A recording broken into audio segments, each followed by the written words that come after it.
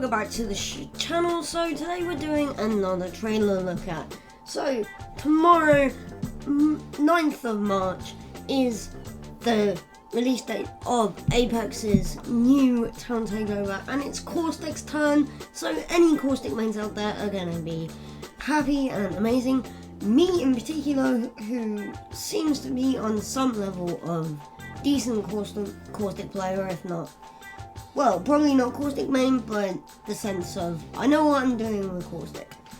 But we feel like anyone that's born on March 9th, like myself, this feels like a very happy birthday to us Caustic players. So let's have a look at this trailer, shall we?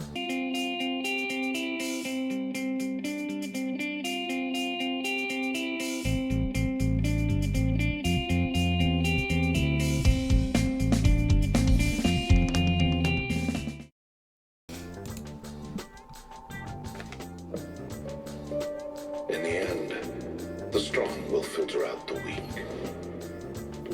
The distance between life and death is measured by suffering. Nothing like cold steel on a hot day. Rings moving, run, run, run.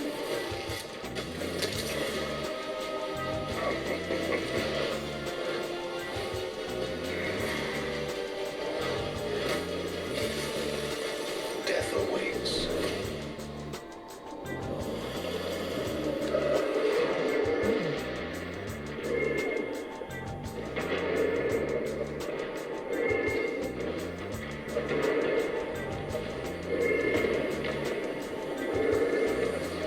This was an inevitable outcome.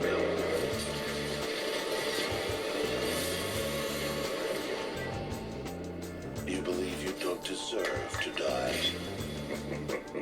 You overvalue your place in the world.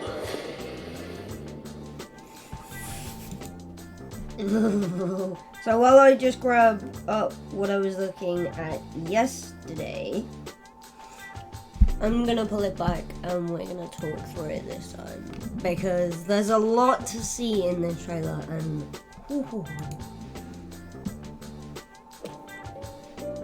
In the end, the strong will filter out the weak. The distance between beautiful life and skins. death is measured. this one in particular, it seems to be a mixture between average cowboy and Slash, mainly because of the top hat and obviously the design at the front. If you look at Slash's top hats, it's normally got the skull routine going on around the side with the band, and that's what that reminds me of so much. But then you've got like the Inspector or the kind of rich kind of guy with the monocle and everything else. This skin to me is just beautiful. Measured by suffering. Nothing like cold steel on a hot day. Damn you. We finally have Banger's Heirloom. So this is Banger's Heirloom. Yes, it is a knife. It sort of looks a mix between Wraith's Kunani and Gibraltar's hammer type knife. So this is beautiful, and I think this is why it's taken so long for them to get it out to the community, because of all the intricacies within it and everything else. If I can pause it on the right one, which I'm very bad at doing. Try and get it on the right frame. Stop it. Trying to get it on the right frame when I have flies or stuff flying around. Coming out of it like that. Like cold steel on a hot day. I think that's going to be the closest frame I can get it at the moment because of what we see. But this, while it looks easy to do, it is quite complicated to do and quite complicated to model. It's not the easiest thing to model. Not only that, but the texturing that's going on here. This is what looks like a very realistic looking leather type stuff that normally goes along the handle of a knife. Not to mention the indent grooves here and the exact size of each indent. It looks like someone's literally just molded this out of clay or plasticine, and they've taken that into their 3D modeling software and just copied the indent, because to me those indents look really realistic in size and what it would be. But then obviously you got all this intricacy here on the join of the knife. It's just amazing what they've done with it, and this would have taken them quite a while to do. They would probably have been starting work on this probably sometime around when Lifelines Heirloom came out, if not around the time of Wraith's Heirloom, because for this to finally come out at this point, it seems like it's either just the right amount of time for them to have been working on it probably, or just a little bit longer. So that's why I put it to around the time of Lifelines being made and Lifelines coming out. They would have been working on this as well. The reflection of the fire tip as well, that's not an easy thing to do. Some people would say it's a really easy skin to put on, but to get it flush and get it to that level where it looks like it's literally been dipped in fire or something hot and then plated hot, and get it to actually look realistic is what's the time consuming thing. So if we can get, there we go. Now you can see properly what I mean by the indents here. Obviously you've got all this detail as well. It's not going to be the easiest stuff while it's doable, and it doesn't necessarily always take a long time. It's still doable, but some things take longer depending on who's doing it and how many people are working on it. But this, you can see how realistic it is. You can see where it's been in the flame, the fire, and the tip, and where the rest of the metal is just really hot because of it, but not as hot as the rest. Not as hot as the main blade. It would have taken them a while to do. Rings moving. Run. Heat shield. So I've actually got something to read at this point, because what I was looking at yesterday explains this. So on Tuesday, March 9th, Apex Legends is launching on Switch with cross-platform play, on latest seasonal content and full feature play, feature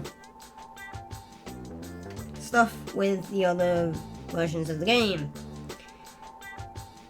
Since we're launching a few weeks after the start of Season 8, Switch players will be granted 30 free levels for the Season 8 Battle Pass for the first 2 weeks after launch.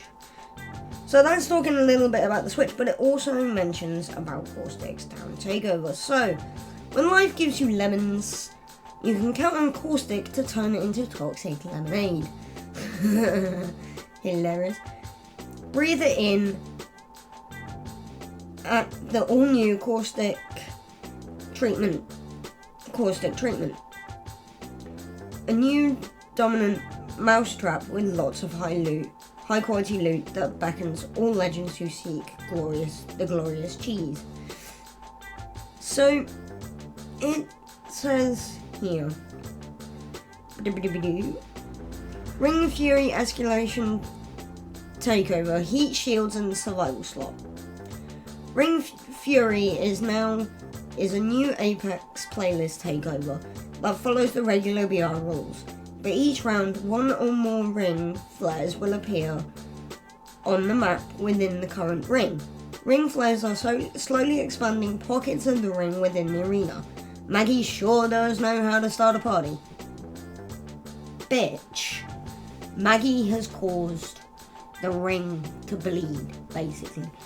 The storm that you get caught in, which is the red stuff that you can see here, has basically broken, and it has become almost like a disease or some sort of thing like that, some sort of problem like that, where bits of it have decided to come into the play area, the arena. So what's left of the ring, the other side of the storm where it's not red, is normally the play area or the ring or the arena. And the storm is now bleeding into it. Those who get caught in the ring flare will take damage equal to the damage dealt by the current round's ring. You'll be given a short warning on the map and minimap before the ring flare appears. Legends will call out if they're in direct danger or if there is one opening up nearby. So how do you deal with these ring flares? During Ring Fury Escalation Takeover, all players will start with a heat shield in their inventory on drop. Throw down your heat shield to avoid damage from ring flares or from the ring itself. Yes, you can survive in the ring. And remember that you can always find more. So it's not just one per player then. The loot pool for this event has been turned up to spread heat shields out throughout the map. Something tells me there's going to be at least 2 to maybe 4 in every single high tier loot area. Wherever there's gold, wherever there's purple, it's going to be at least 2 to 4 in those areas is my bet, is my idea for that. Heat shields cast a protective dome, pouring the deadly effect of the ring over the barrier for a short time, enabling legends to loot, revive, and generally make some amazing plays outside the ring. So basically, Respawn have turned around and said too many players are playing outside the ring, let's give them an extra reason to play outside of the ring. Okay, interesting response to people being caught in the storm and playing in the storm, but so many players are getting annoyed by that kind of player because you're looking at Ring 4, Ring 5, and this player that's got like white body shield isn't dead within 2 seconds or 5 seconds like they normally are at that point in time. So it's like, well, hang on a minute, this player is clearly not playing fairly. This player is clearly doing something, and they're now being praised for doing that. It sort of makes no sense. However, plus when you're inside the dome, the use of healing items is sped up by 50% and the speed of revive is increased by 25%. So it's basically a rehash of Gibby's Dome. Gibby's Dome does, if not exactly those numbers, it does around those numbers for healing and revives. This bonus is only given by heat shields that have been activated by the ring. Heat shields on standby in the safe zone are conserving energy and they don't grant this bonus.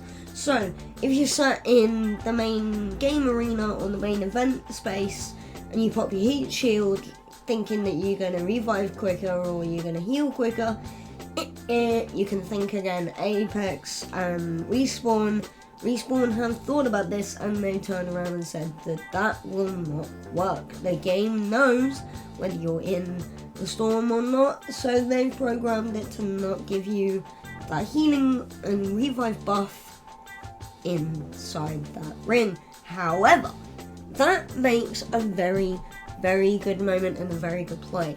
If it is said to revive at 25% of the speed, plus 25% of the speed that you normally revive at, you're looking at the last fight.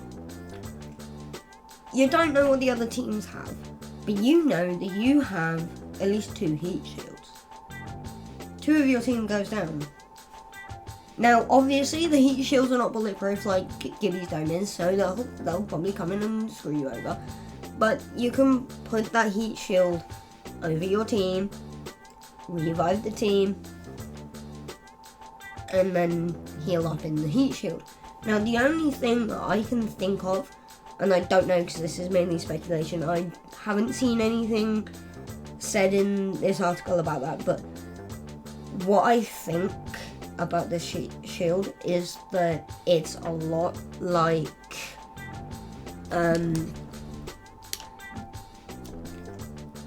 maybe Watson's traps or someone else like that. So it's not bulletproof, but it will damage you if you come from a certain angle at it. Or if you're not team. If you're not team, it will damage you as you go through it. That's my thought to it. Because obviously it's a heat shield. It's hot. If you're in the storm, it's gonna be gaining the power of the storm and it's gonna hurt you. But that's why I say it's speculation. It could just be me drawing at straws or picking at stuff, because the name Heat Shield, yeah, it's kind of obvious, but it is also kind of not so obvious in the fact that it's like, well, is it when, because they say when you're not in the storm it doesn't have the healing buffs, is it still red? Does it still hurt you if it's not in the storm? That's my question.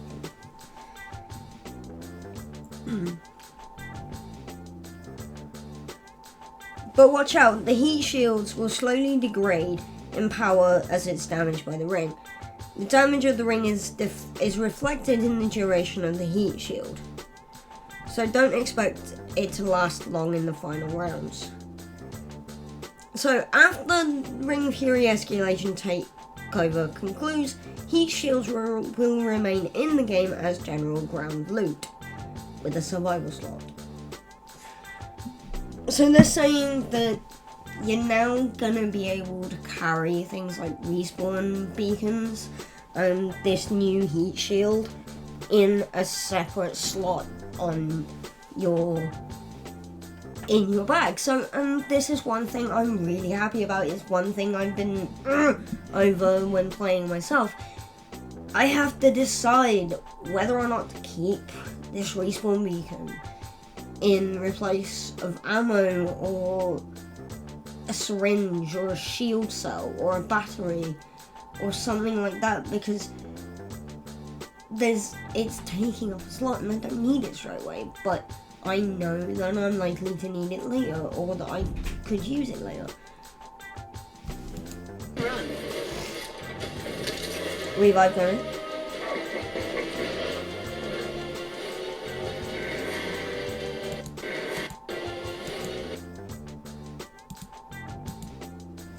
Got body shield in there. So this also says a little bit about this.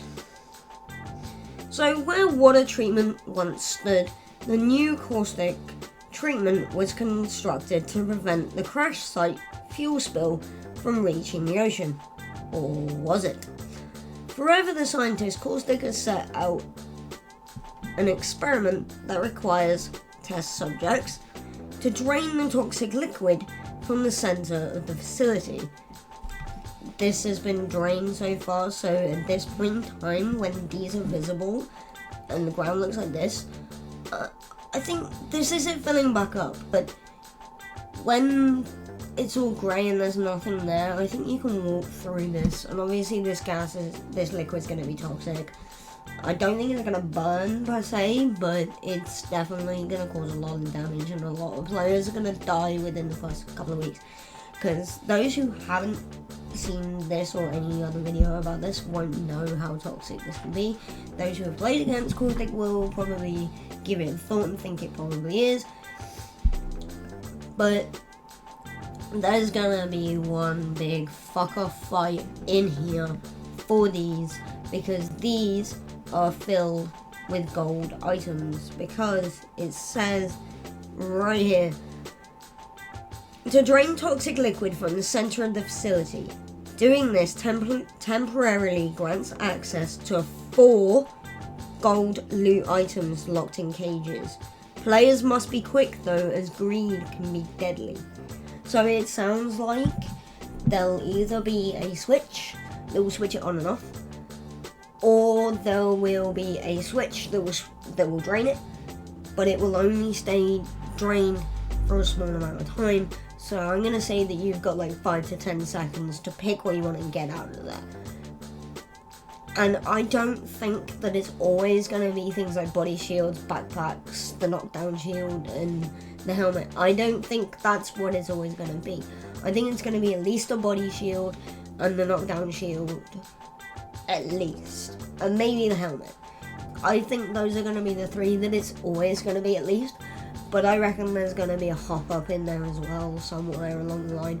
Because as you see in this cage here, and I'm going to guess that all of these cages are going to be what's holding these.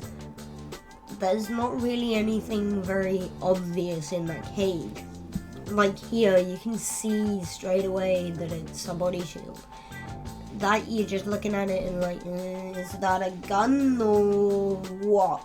So it looks like there's going to be gold weapons in there as well. So if you can get in there, grab that gun, as long as you're good with whatever it gives you, you're going to be laughing, because anyone that comes in there, you can just slaughter straight away and get rid of. It's like, if you happen to notice that the Mirage Voyage is missing, you can put the blame on Caustic. The polluted fumes from Caustic treatment really killed the vibe. So Mirage set sail to take the party elsewhere. No one spotted it yet, but that party boat tends to show up in an arena when you least expect it. That tells me that they're going to be putting it in either the next town takeover or the one after that on Olympus. It's going to be on Olympus next, and it's going to be during another town takeover or after another takeover.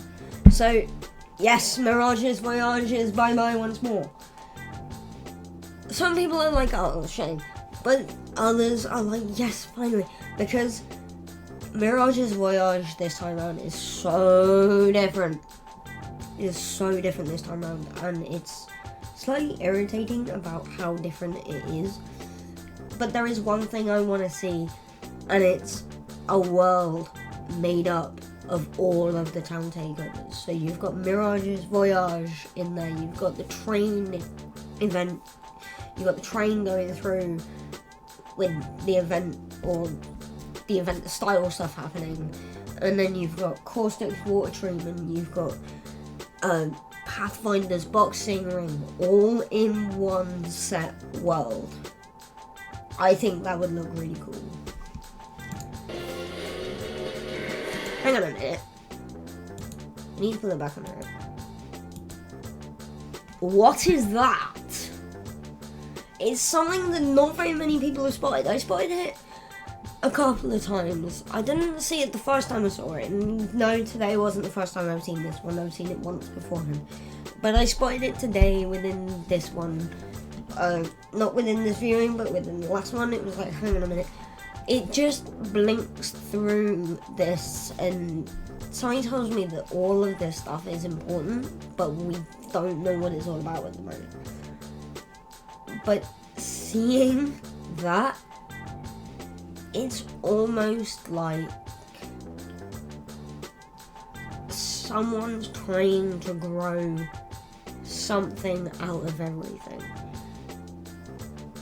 without really kind of...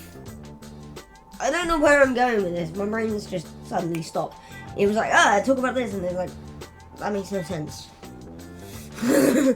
But no, it's some kind of experiment, but the way this is, it sort of looks like a baby within the womb. But yeah, it's creepy and sick and really weird, but because it also looks like an eagle. You got a bit of a beak here, but you've also possibly got an eye here. You've got what could be an ear here, whether it's probably hair or not, I don't know. Then obviously you got this bit here that looks like a chin. That looks a bit like a tongue. It's just looks like a mixture of everything possible, and someone has just gone cuckoo trying to mold loads of things together. It's just crazy. This they're like, what is it?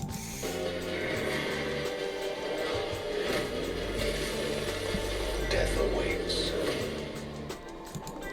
So, when I first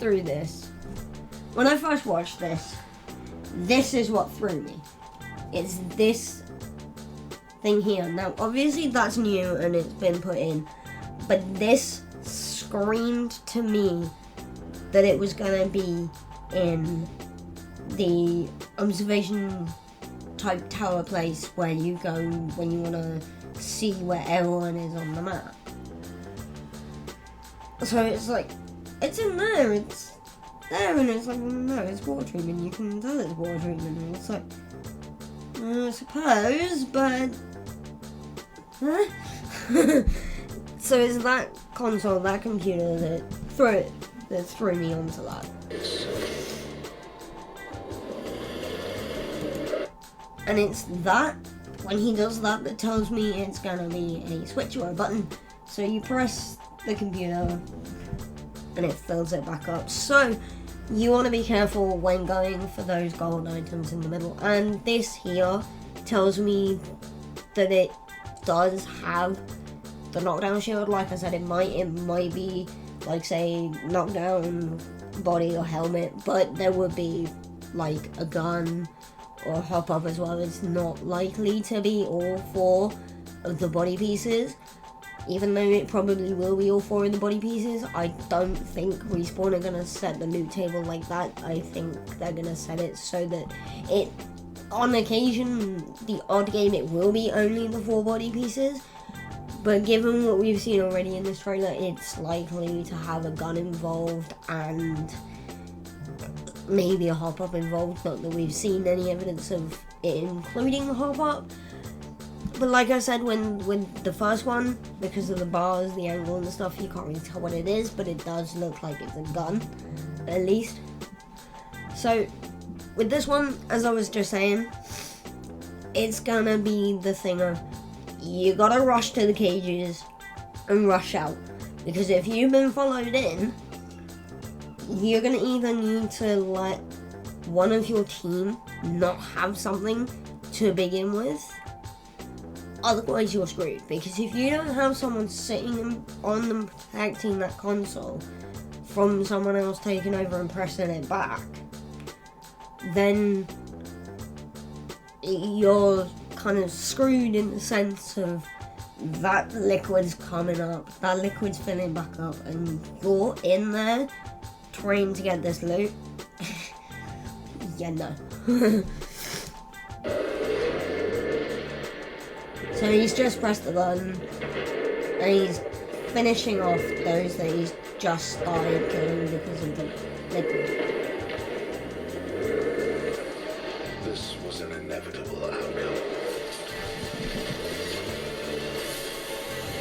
No new finishers from what I've seen so far. To die.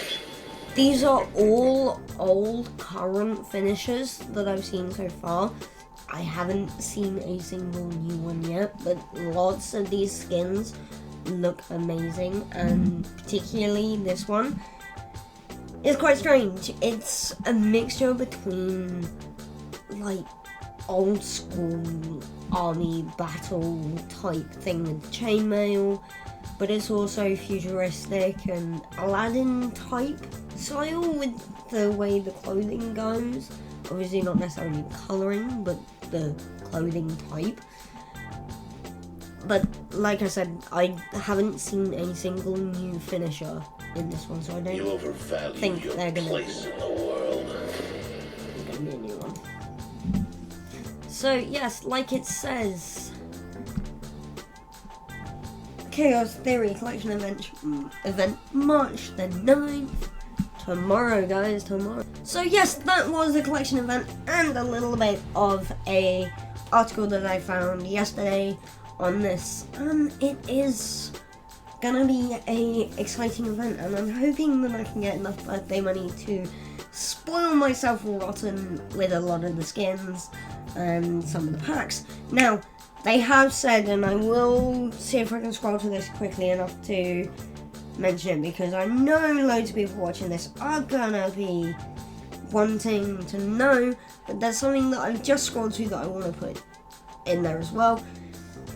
No fill matchmaking. So the game, particularly on PC, has already been running with this, and it is this whole thing of no fill matchmaking. So if you're jumping into lobbies by yourself and you're ending up with random teammates, it's because in your settings you have got it clicked and ticked to say fill squad.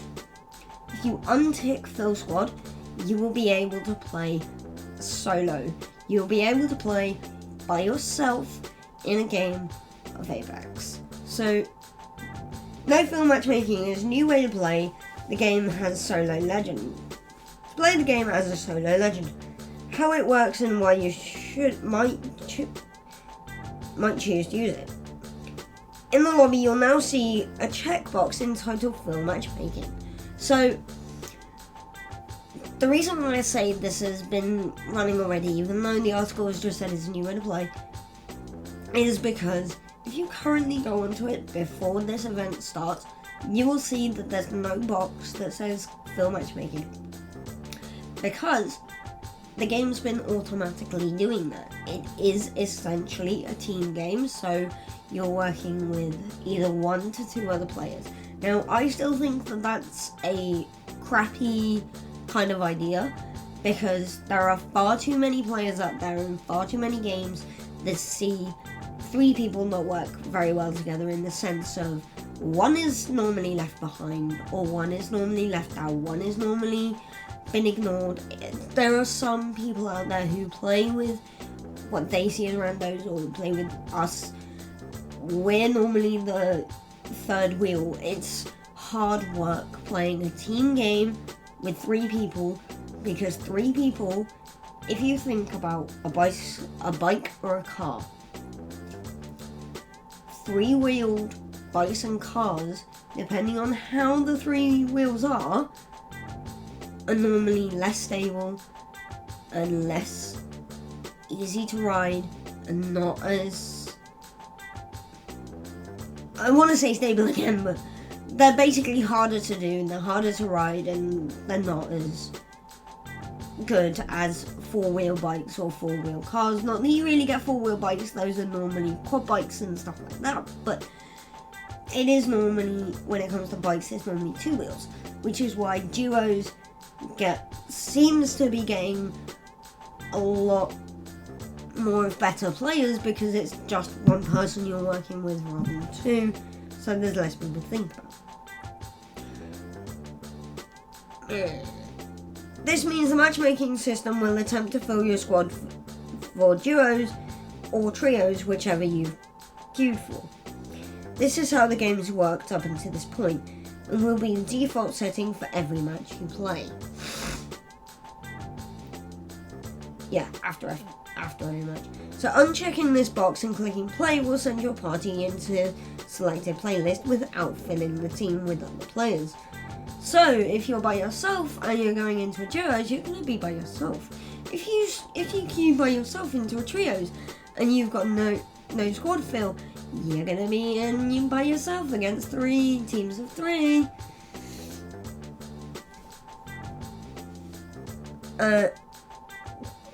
So yeah, without filling your team with other players. So if you suddenly queue into a trios with fill matchmaking unchecked, you'll go in alone. Be on a team of 1 against teams of 3, like I just said. We still strongly believe that at its best, Apex Legends is a game about team play, which is great, good, but I think the team should be boosted to 4. So either have trios taken away and replaced with quads, or duos, trios, and 4, because like I said, there are so many players out there with friends of 4, group size of 4, and 1 person's being left out a lot of the time because it's only a 3-player game. And lots of people just don't want to necessarily do duos or try and get into the same match. It's just not always possible.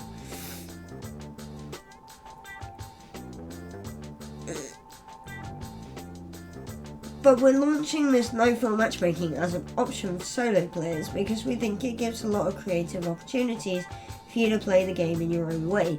So I'm guessing when we had solos for that short amount of time, the devs spotted a lot of really interesting plays and really interesting groups and really interesting character choices throughout that time, and have said, right, okay, well, we still believe it's a team game, but it's clear the community wants this, so let's try it. Some things you might want to use the no-fill matchmaking for. Focus on completing certain daily and weekly challenges. I know that that's hard. Trying to complete a particular weekly challenge with a team is annoying because you've always got someone that loves the same gun as you or has always got more ammo than you and you just can't do it because you don't have enough ammo, or that say you're doing ranked, you're in gold and your friends are all in platinum and higher. You're struggling against those types of players because you haven't been able to come across them yet because you're still like gold 4. You're the lowest of gold and you're not coming up against those players yet. And they're infuriating you and they're killing you off too quickly for you to even do anything. Now, whether they're cheating or not is another story, but it's that sort of thing. It's like you're not ready for that jump yet, so to be able to do that solo in another game or in another kind of thing, because they've stated that the solo play option will not be accessible for ranked games. Ranked games will always stay trio, and that I like that about it. But my point was just that you can't get damage level challenges or winning level challenges with a team up against players that you're not ready for unless you are hard carried. Warm up, drop hot, and get into lots of fights. So if you're just looking for easy, well, not necessarily easy, but if you're just looking for kill challenges and kill practice, solo dropping is going to be one of the best ways, I think. And I think it's going to be something that I'm going to do. I'm going to end up solo dropping, trying to get into lobbies by myself and just dropping hot and seeing how long I can last. Because I know then it will teach me fight survival tactics, not just main survival tactics, but fighting survival, so that I can learn how better to approach a fight, like the pros do, like the higher level players do, like the Apex Predators do. They get into a fight and they fight in particular ways, and they get down to like 1 HP and they survive. I get down to like 1 HP and it's like my character's frozen. It's like my controller jams, it's like my gun jams, it's just ridiculous some of the stuff that I've come up against, and other players have come up against it and they've come out the other side, and it's like, how did you survive that? Every time I do that, I get fucked up, I get messed over like crazy. How? Challenge yourself, can you win a round of duos alone? How about trios? So yeah, I think that statement means they're expecting players to do this, and I wouldn't necessarily say that they're posing a competition, but I reckon there might be a little bit of secret on the side betting with some of the people in Respawn, just like, I bet someone's gonna win trios, I bet someone here somewhere is gonna win this sort of thing, and it's gonna be a solo. We're gonna see like 12 wins by solos or something like that. I reckon that's what I reckon is going on. I reckon some guys in Respawn have done bets with each other about how many solo wins are gonna be, when the first solo win is gonna happen, and what one it's in, whether it's in duos or trios. Experience the latest lore teaser on your own. This one. So, lore teasers are really difficult to get to and difficult to explore. If you're in a trios game and you go to Lord Teaser, like remember when Lobo first came out, you go into the vault, you open the vault, and you try and grab the little necklace or the ring, whatever it was. I think it was the ring, her jump ring. So you try and grab it, but you have to be the first person to grab it, otherwise it's gone. It's gone for the rest of the game. You've got to reset the game, restart, replay, in order to grab it again. What if your team doesn't want to go there and 5 other teams have gone there? So it's just you and there's 5 other teams. You've got 3 people punching you while you're trying to pick this thing up, and they punch you out the way and then they pick it up themselves.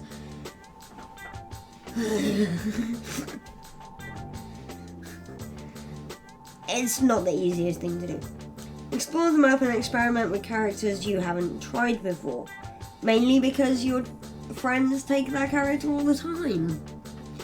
Or maybe it's because your friends just know that you're better with another character, so you always play that one character. And it also says, take an opportunity to learn a bit more about the game at your own pace. Loads of people play the game very differently and differently to each other. So,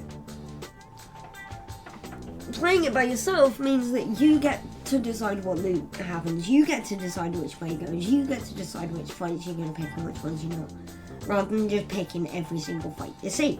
So, a little bit more to that one, we have some limitations in place for no-fill matchmaking, because we don't want it to greatly disrupt the experience or pacing of the game for other players.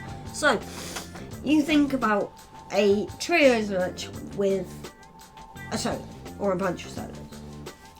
Sometimes that's gonna go to fuck, and sometimes it's gonna come out with the solo on top.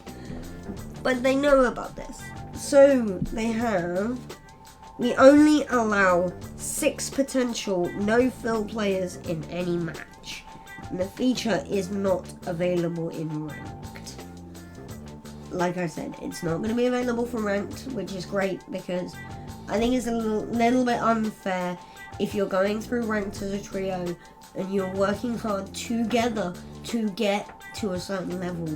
And then this solo comes into ranked and gets to, say, Predator within 50 or so matches because they're a good player and they work better by themselves. It's not really very fair to say that person made Predator fairly or well, because yes, they did it by themselves and that's something to be greatly applauded, but it's the fact that most people who have got to Predator have got to Predator with a 3 and they've worked together, they've worked really hard for it, and they've worked hard as a team to get to Predator. And then this solo comes in and gets it by themselves. Feels like a flunk to me, that one. So that's why I like that. The fact that they've noticed that people could probably quite easily flunk their way up and just roll it by themselves and get really high by themselves. So they put that in.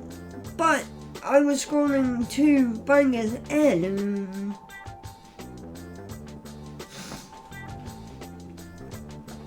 Bangalore took this plot's knife off a cold-blooded opponent. Since that day, she has made it her own. So hang on a minute, it says... Oh, okay. Inspired by the warriors of the frontier, our legends are donning fierce new looks as they drop into the arena. So in the skins you saw, all 24 items will be available through direct purchase for Apex points or crafting metals in the usual event packs for the entire duration of the event. If you collect all 24 event items, you'll unlock the Bangalore Heirloom set. As I just said, Bangalore took this pilot's knife off a cold-blooded opponent. Since that day, she's made it her own. After the event ends, the Bangalore Heirloom will become available via heirloom crafting, and that's what it was that I read. That's what it was that I was confused about. I was confused today when reading the bit that I just read, because the way I read it yesterday was there's gonna be no banger heirloom available in this event. It's gonna just be crafting materials that you can craft yourself. Later on when it comes out, and Banger's Heirloom is going to be available to be used or to be able to be gained after the event. But reading that, it's like a usual main event. Okay, so just a quick couple of things before we end, because otherwise the video is going to be ages. But this article also says a few more nitty-gritty details on how this collection event will work. First, the crafting costs for the skins are returning to their regular pricing now that the anniversary collection event has ended. Second, each event pack will come with one event item and 2 non-event items at the following drop rate. Ugh, that's annoying! I don't see why Respawn have turned around and said event loot boxes and bags only come with one event item. I think for the price of 700 Apex coins, remember it's not 700, 7,000 Apex coins. Remember 1,000 Apex coins is nearly £4 in the UK. £4 to £5 in the UK for just 1,000, and they're charging 7,000 for these Apex event packs. These event packs only have one event item in them when they can have up to 3. Now that is what's irritating me and a lot of the rest of the community for Apex, because these packs are so expensive, and these event items and skins are limited time. Lots of these skins, if not all of these skins, are not going to be available for us to craft after the event's over. And they're charging 7,000 per pack, and they're only giving one of these out, even though it's an event pack. Now, it would be more understandable and more pleasing if they were charging still 7,000, but they were giving off two event items, I think. But the reason I think they're doing this is because too many people would be getting the heirloom too quickly if they had too many possibilities of getting the event item. And considering each event only ever covers gold and purple level items, it's understandable that they're not having the biggest drop rate, because the drop rate for Epic is 50%. That's the purple. And the event legendary is 50%. So you have a 50-50 chance of getting a purple or a gold. But then don't you also have a 50-50 chance of getting all whites? Which is why I do like the fact that it is guaranteed to have at least one item in each event pack. But my problem with it is those of us in the community that don't have rich parents, those of us in the community who don't have all the money in the world, those of us in the community that are not psyched to throw down hundreds or more pounds or dollars on this game because of other reasons, whether or not don't have enough to do that or don't see enough reason to. We're not psyched to put that money into the game because it feels like we're not being thanked or rewarded to the point we think we should be. And I can see where they're coming from. I can sort of agree. To have this event pack at 7,000 per pack and to only get one event item in there. So imagine if I slapped £20-30 on coins, I could probably only afford 1 to 2 packs. That's like 2 skins. And there's no guarantee that both of those skins are going to be legendaries.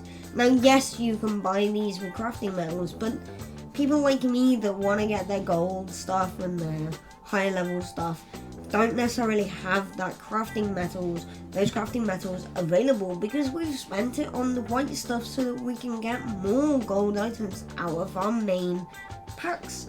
Out of the main packs that we get every odd level that we level up.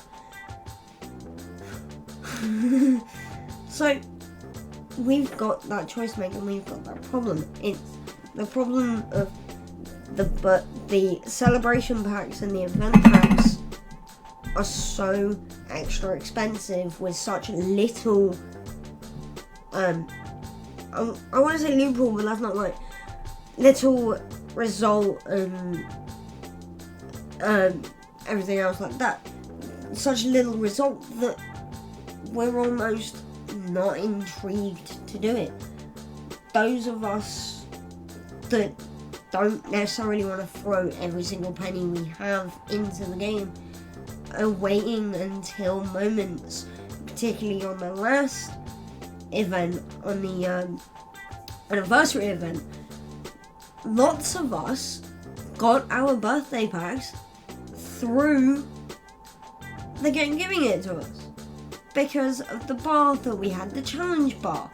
We did the challenges, got the points, and we got the packs. That was the only way we got our packs, and some of us that could afford it added an extra pack or 2, but that was it. Pack or 2 was all we could afford to boost us up. Most of us are not getting these heirlooms. Most of us are not getting the shards this way because we can't afford it. Because the packs are so extra expensive. And yes, the packs should be extra expensive because it's a birthday or it's a special event and these skins are rare and they're not gonna be around after the event. But that doesn't mean that we should be limited to 1 per pack. I think we should at least get 2. At least get 2. Whether it's a gold and a purple, it doesn't matter. But I think we should get at least 2. Because to have 1, it feels almost like a cop-out. Or not cop-off, but a cop-out. If you know what I mean. It just doesn't always feel worth it. 7,000 and you can only get 2 and you're screwed for the rest of the event because you ain't got any more money. It's like some of us that don't have the money, we want to put that money in there because it's one of our favourite games. We want to make sure that we can still play, and we'd still be able to play anyway because it's a free game. But these event items, these loot ticks, these boxes, these packs are the only way free games like this make any kind of money, and they still need to make this money because the events that keep coming out, the content that keeps coming out, that content costs money to make. And if we want more content, we need to help pay for that content. That's why free games have got so many adverts, so many, they pop up so many times with the store, and a lot of it is expensive. And a lot of companies aren't thinking about this. Yes, you want to get as much money as possible, but you don't want to not necessarily shortchange because that's not the right word. You don't want to short out the money you're gaining because your prices are too high. You set your prices too high, no one's going to do it. It's only going to be the rich people that are going to do it, and you've got possible investments from those guys anyway. If you want the middleman and the lower groups to be giving money, then you want to have a little bit less and a little bit more for the price that they're paying, so that then they do it more often. That's one thing that I think loads of people and loads of business people and loads of companies tend to forget. It's not just the big chunk that's going to get you the most money. It's the constant pay that will get you that good amount of money, and it will get you not necessarily 100% the most money, but it will get you a lot of money, which is why more housing people, not housing officers, but people who do up houses. Now, yes, they sell them, but lots of them have decided to just rent them out. Because, yes, they can get a few thousand in one go, but they can end up with even more over time. Which is why I think that should be done. And yes, some people are going to turn around and say, yeah, but there's going to be emergency time when they're going to need bigger chunks of money. But that's why certain streamers, certain gamers, some people have turned around and said, well, that's why Respawn chuck out a new heirloom. They chuck out a new heirloom when there needs to be a big influx in cash pushed into the company or into the game. So basically, if you think about it in the sense of each heirloom costs around, say, £50, and you have 50,000 players, and only 30,000 of those buy the heirloom. That's 30,000 times 50. Or that's 50 times 30,000. That's a lot of money. A lot of money. And that's why people have been saying that they think this is why Respawn drop heirlooms every so often. It's when the game needs a lot more cash quickly.